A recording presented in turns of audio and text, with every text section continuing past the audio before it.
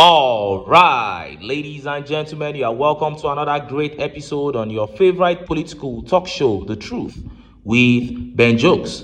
Kebbi school abduction, military probes alleged troop withdrawal. Now, the governor of Kebbi State has been on this matter. As a matter of fact, the only reason we are still talking about the withdrawal of military hours before the attack on that Kebbi school is because the governor of Kebbi State is demanding answers. He says he must know the reason why troop was withdrawn from that area before that attack. But those of us that have been following insecurity situation in Nigeria, we are used to this.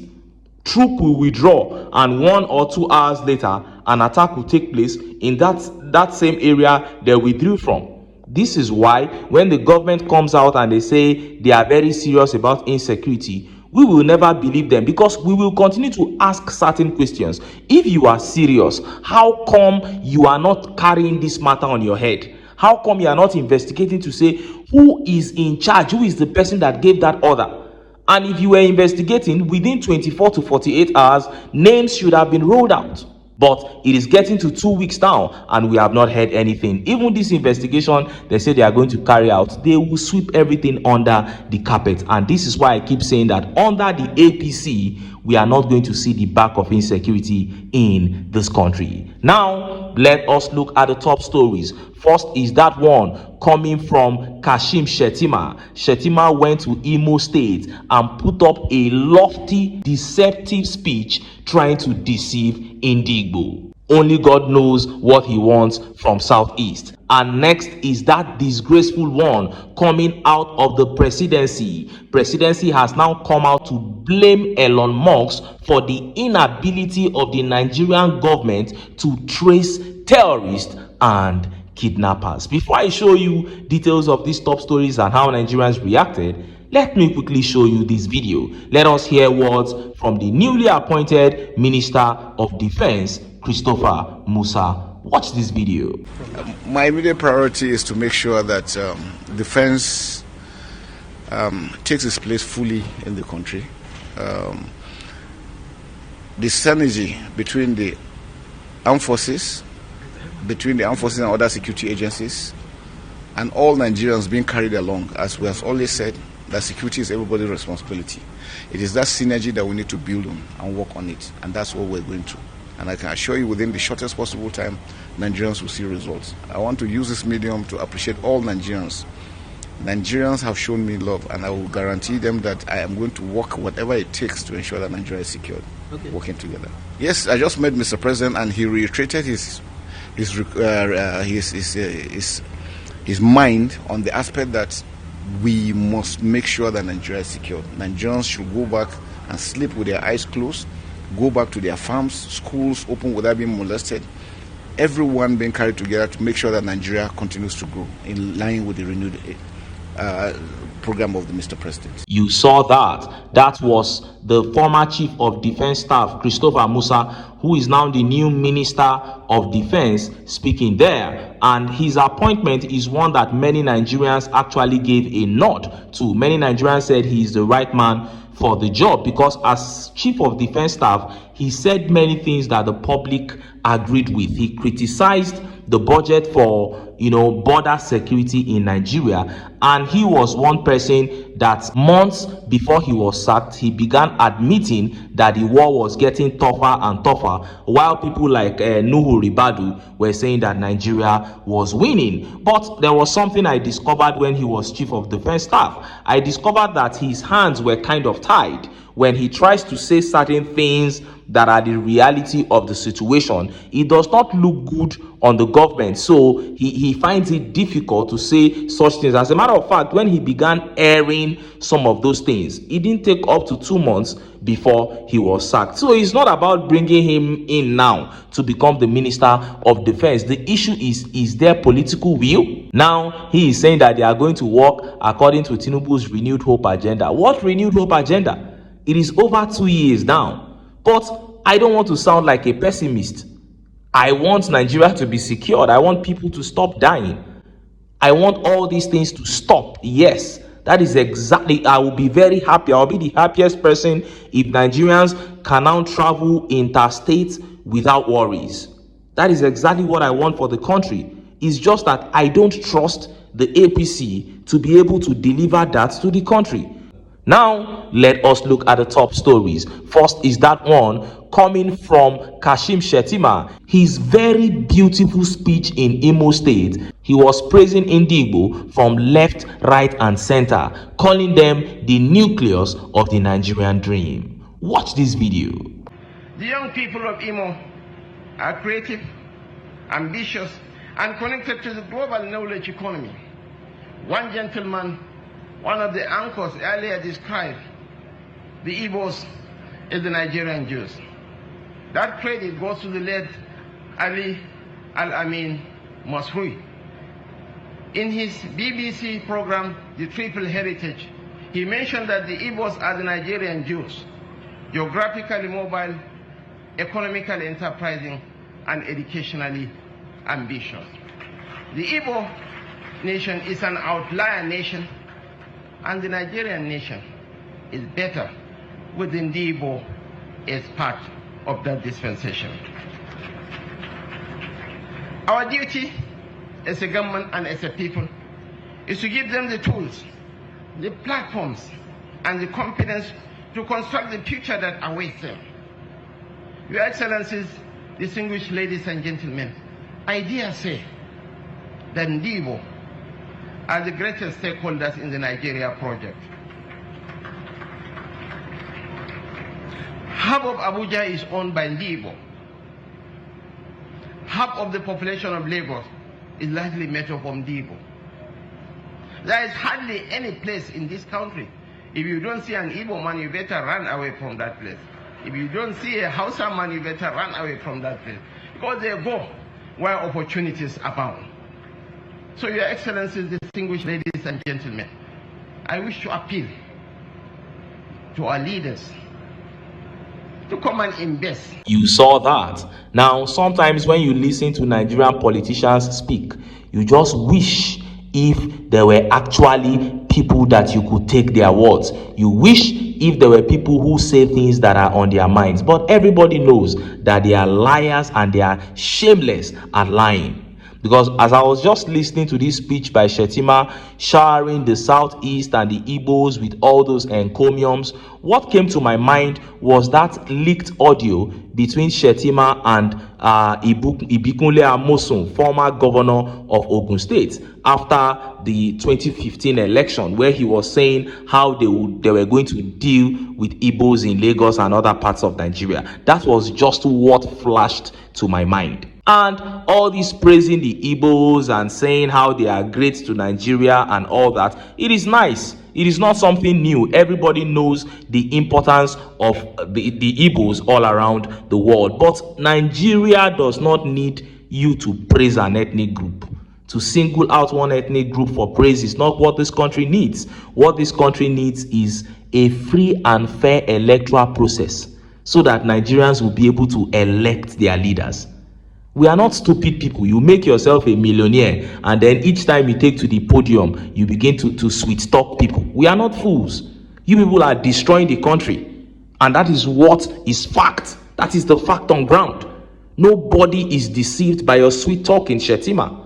If you love Nigeria and you want the country to be great, then start by giving us a free and fair election. And look at how Nigerians reacted. Let's take some of the tweet reactions.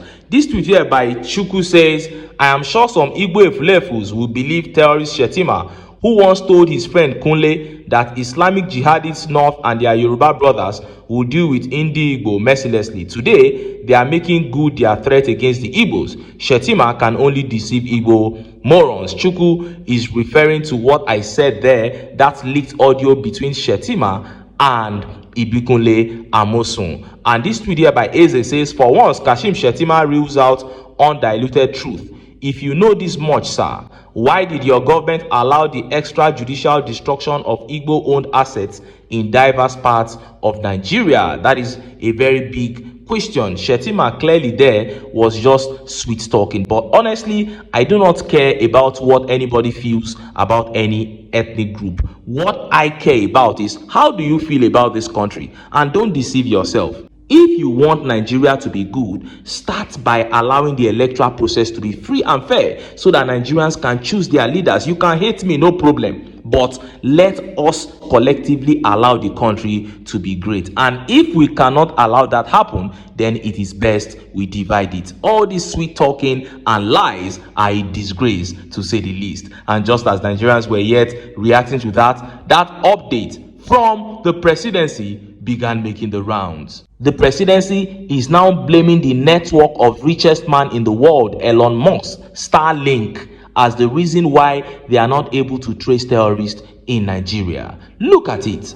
The People's Gazette: Nigerian terrorists showing off ransom on TikTok, Facebook using Elon Musk's Starlink. Federal government unable to trace them. Presidency: Bola Tinubu's government has said that security agencies are unable to track down terrorists, branding weapons and loads of ransom collected in cash on social media because they use Elon Musk's Starlink and other internet services from neighboring countries. It was actually Daniel Bwala who got on air to say this. Let's watch the video. On TikTok, these guys are brandishing the amount of monies that they received as monies that, as ransom.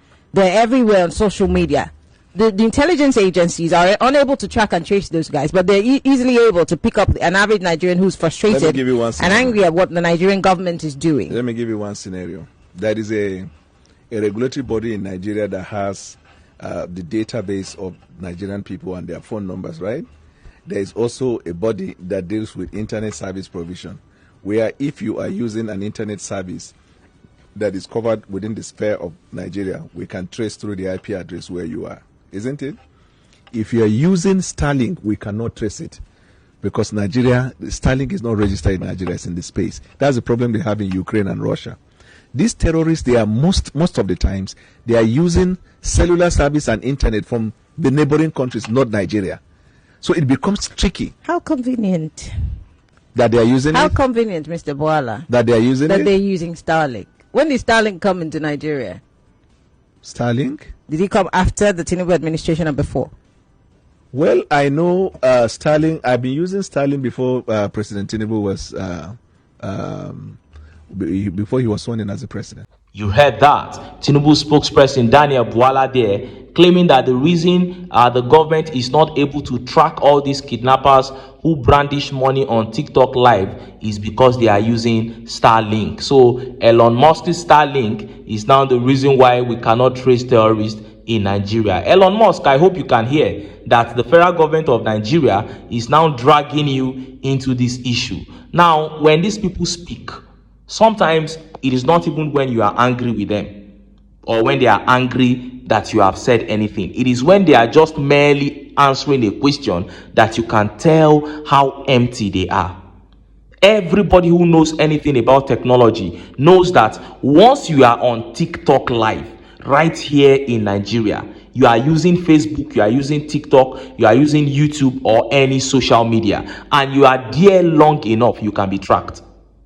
Let a Yahoo boy start using Starlink now, or let one person just use Starlink to criticize Tinubu and put it on TikTok. You see if they will not go and pick that person. So this thing he said here is just crap. If he had any knowledge about technology, he wouldn't even have said this. Maybe somebody just said it, mentioned it in passant where he was, and he just picked it and said, oh, it has to be the reason. These same terrorists that you claim are not traceable, Sheikh Gumi knows where they are in the forest. These same terrorists that you claim are not traceable, Bayo Ononuga said DSS knows where they are. He said they even called them on phone. That was how he said they got the people in Eruku Ekiti released. He said DSS put a phone call through to them and they told them to release the people. These same terrorists that you claim are not traceable are communicating with Nigerians, parents and families of kidnapped victims daily. Some of them stay on the communication like a whole week or 2 weeks while the families are trying to raise the money. They will be in constant communication for close to 2 weeks or more. And a presidential spokesperson is sitting on a live podcast to say that the government cannot trace them because of Starlink. This shows you that these people are just empty upstairs, and they believe that Nigerians, that they can dish out anything to Nigerians, and they don't care the repercussion. And look at how Nigerians react. Let's take some of the tweet reactions. This tweet here by Chado says, "This is a lie. They clearly display phone numbers, but let's assume it is true. The federal government can't temporarily ban Starlink. People are dying, and all these APC clowns think about is propaganda." That is the truth. Let us assume that Starlink is even the problem. So you cannot trace terrorists because of Starlink, and then you as a nation cannot ban the operation of Starlink in Nigeria. You that has been threatening to ban social media many times, you cannot ban the operation of a network that terrorists are using. What kind of lie is this? And Apex says, "Remember to tag Elon Musk. He must explain his involvement in terrorism in Nigeria through his Starlink." That is it. Just tag Elon Musk and tell him that he's now the problem of Nigeria. And Spontaneous here says, "This incompetent government would never cease to amaze me. The terrorists need a bank account to be able to keep their Starlink subscription alive. And even before the advent of Starlink, which has been operational in Nigeria for less than 3 years, you still could not trace terrorists through mobile networks." That is the truth. You know, they think that we are just stupid people. How many years ago did Starlink enter Nigeria? Tell me that you were tracing these terrorists before Starlink came. And this tweet here by Steve Joe says, "See the way an educated person is justifying rubbish, but bandits are making calls and reaching families daily." That is it. The federal government cannot trace bandits, but the same bandits are making calls and reaching families daily. The same bandits are holding peace talks all over the place. You know, when we even talk about hideouts, government being able to fish them out, we are just kidding ourselves. Are these people even hiding? They are not hiding. Okay, the 38 they kidnapped in Eruku Ekiti, it was the federal government that paid ransom directly to them. Let us start asking ourselves, how did that transaction take place? How did federal government of Nigeria pay terrorists ransom and the terrorists were not kidnapped? Where did they go and drop the money? Did they not track the money? They didn't put any tracking device on the money. CBN did not create that money specially to be tracked. You see, things happen in this country and we just sweep them under the carpet. One day, just one day, let me bring out my optimism now. Just one day, we will get over all these problems in this country. And the role that each person played, Daniel Buala, Sunday Dare, Bayo Nonuga, and the rest of you, even those Garba Shehu, those Femi Adesina, those ones that spoke for government under Buhari, the role that all of you are playing will never be forgotten. Anyway, make I leave am here, make I still enter town, make I go get some ogbonge political news wey una go like. Why? Because of una na I dey here. So don't go away.